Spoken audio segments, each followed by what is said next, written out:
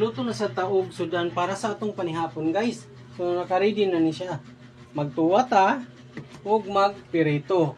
And then nana ang mga lamas para sa atong tinuwa, ang tamatis, luya, ang sili espada, ug ang sibuyas dahonan ug ang tangan. Naka-ready na guys. Butangan na ito galay sa kamuti ug kamunggay. So inana lang guys, mag-slice ata sa atong tamatis. Ato ning sliceon ang luya guys. Ato ning isunod ang sibuyas dahonan. I-mix ta ni dire. Ato na ning hagpatan ang guys sa kamuti. Ato ning isagol sa atong tinuwa. Guys. Guys, ato ning haruson ang kamunggay guys. Ato ning isagol sa atong tinuwa guys. Tanida ng lamas guys. Una ni nato ilunod ang isda para ma-absorb niya ang lamig.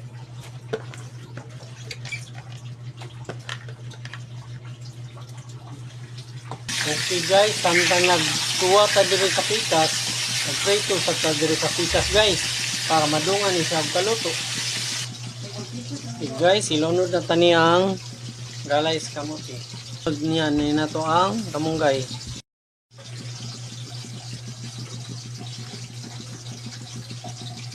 Taning kamunggay para igbukal, luto na. Lami kay niya tong tinuwa guys.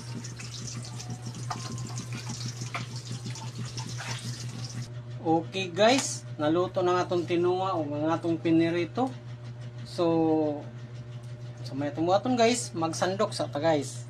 Oh, nakita niyo, daghan kayong sagol.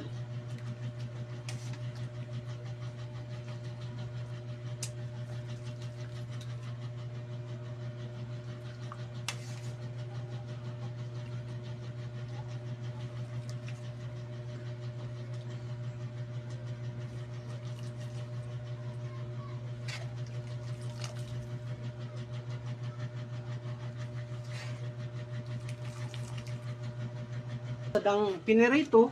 So guys, nagsandok ng tawag kanon. Oh, nakita ninyo? Okay guys. Kung saan pa may itong buhaton guys, kaya naluto naman siya. So, mga una